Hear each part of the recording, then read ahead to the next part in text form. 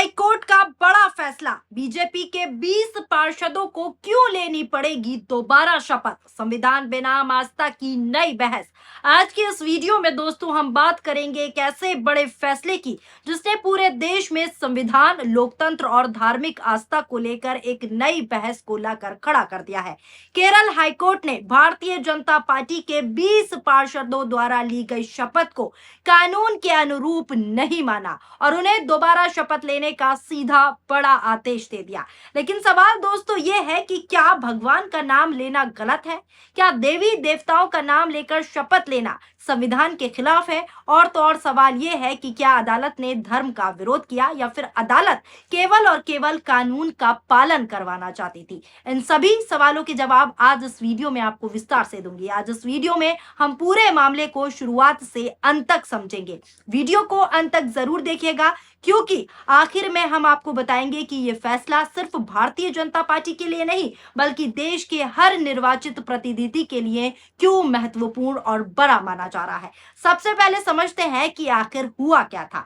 तो सबसे पहले आपको मैं कुछ हेडलाइंस दिखा देती हूं, आप भी क्लियर हो जाएंगे कि क्या है पूरा मामला। पहली हेडलाइन देखिए, उच्च न्यायालय ने भाजपा के 20 पार्षदों की शपथ को अमान्य घोषित किया, दोबारा शपथ लेने का दिया आदेश। अगला हेडलाइन देखिए जो स्क्रीन पर चल रहा है, केरल हाईकोर्ट ने देवताओं शहीदों के नाम पर ली गई बीजेपी पार्षदों की शपथ को रद्द किया। अब जरा एक और हेडलाइन देख लीजिए जो स्क्रीन पर चल रही है, देवी देवताओं, गुरुदेव और शहीदों के नाम पर ली थी शपथ, क्या बीजेपी के 20 पार्षदों की जाएगी कुर्सी? एचसी ने दिया अहम आदेश।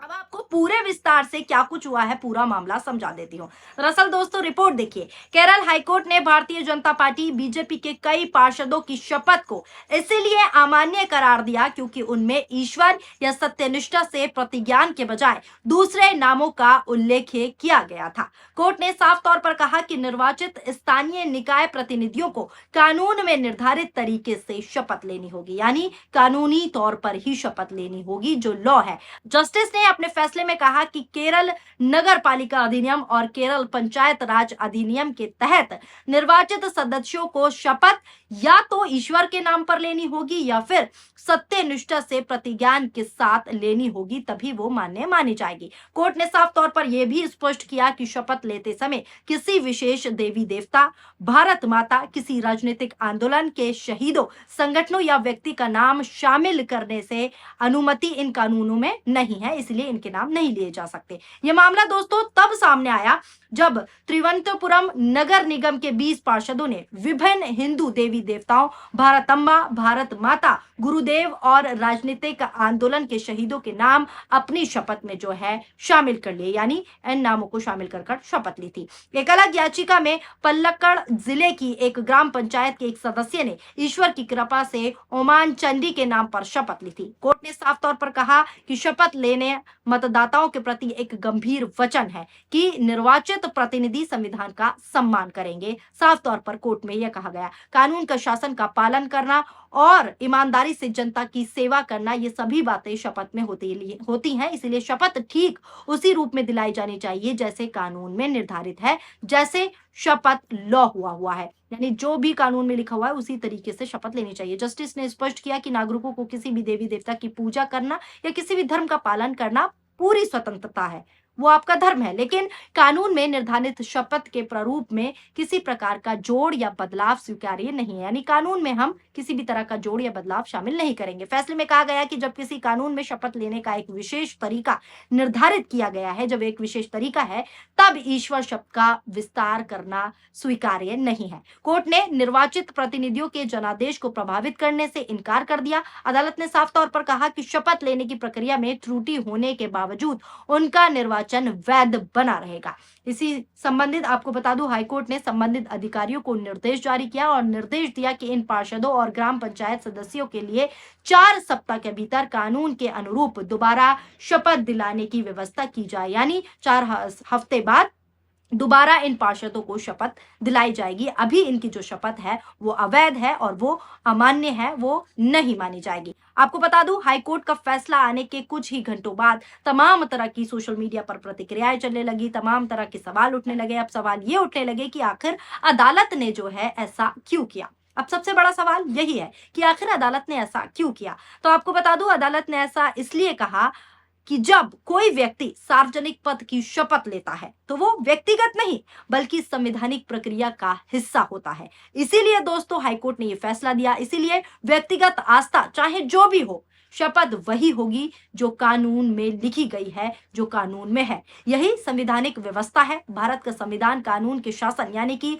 रूल ऑफ लॉ पर आधारित है। इसीलिए कानून के अकॉर्डिंग ही कोई भी प्रतिनिधि शपथ जो है लेगा। इसका मतलब कानून सभी के लिए समान है, चाहे कोई आम नागरिक हो, चाहे सांसद हो, चाहे विधायक हो या नगर निगम का पार्षद ही क्यों ना हो। यदि कानून में शपथ का प्रारूप तय है, गाइडलाइन तय है, तो हर व्यक्ति को उसी का पालन करना होगा। यह फैसला केवल केरल तक सीमित नहीं माना जा रहा दोस्तों, अब देश भर के स्थानीय निकायों के लिए भी ये एक बड़ा महत्वपूर्ण संदेश माना जा रहा है। यदि कानून में शपथ का प्रारूप निर्धारित है, दिया गया है, तो उसी प्रारूप का पालन पूरी तरीके से फॉलो करना होगा। भविष्य में किसी भी राज्य में यदि निर्धारित प्रारूप से अलग शपथ ली जाती है तो उस पर भी कानूनी सवाल उठ सकते हैं। तो दोस्तों अब ये मामला धर्म बेनाम अधर्म का नहीं है, बल्कि ये मामला संविधान और कानून के पालन का है, और संविधान और कानून सबसे ऊपर है। व्यक्तिगत आस्था हर नागरिक का अधिकार है, स्वतंत्र हैं आप किसी भी धर्म को अपनाएं, लेकिन जब कोई व्यक्ति सार्वजनिक पद पर ग्रहण होता है, सार्वजनिक पद लेता है, तो वो संविधान और कानून से बंधा होता है।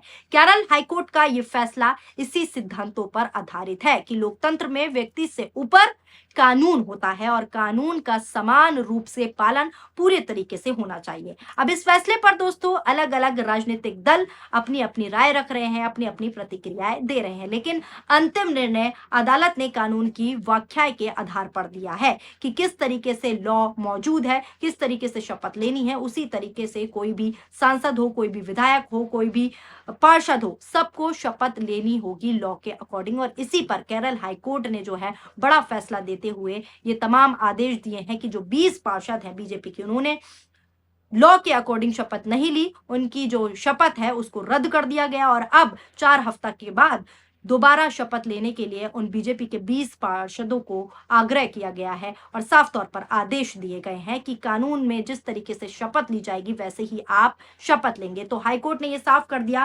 कि कोई भी व्यक्ति, चाहे वो सांसद हो, पार्षद हो या फिर विधायक हो, आप शपथ अपनी मर्जी से नहीं ले सकते।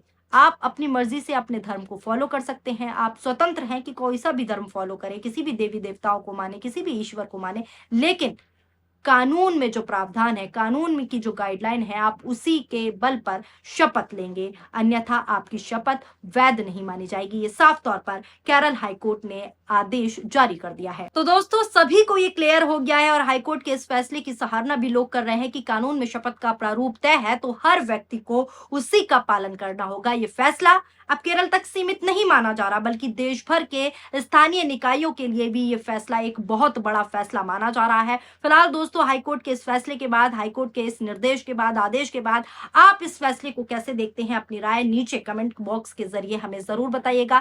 अगर आपको वीडियो पसंद आई हो तो वीडियो को ज्यादा से ज्यादा शेयर कीजिएगा। अब अगर आप हमारी ये वीडियो हमारे फेसबुक पेज पर देख रहे हैं तो हमारे फेसबुक पेज को फॉलो कर लीजिए। अगर आप हमारा ये वीडियो हमारे यूट्यूब चैनल पर देख रहे हैं तो हमारे यूट्यूब चैनल को अगर अभी तक आपने सब्सक्राइब नहीं किया है तो हमारे यूट्यूब चैनल को ज्यादा से ज्यादा सब्सक्राइब भी कीजिए। वीडियो कैसी लगी जरूर बताइएगा। शुक्रिया, धन्यवाद, नमस्कार, जय हिंद, जय भारत।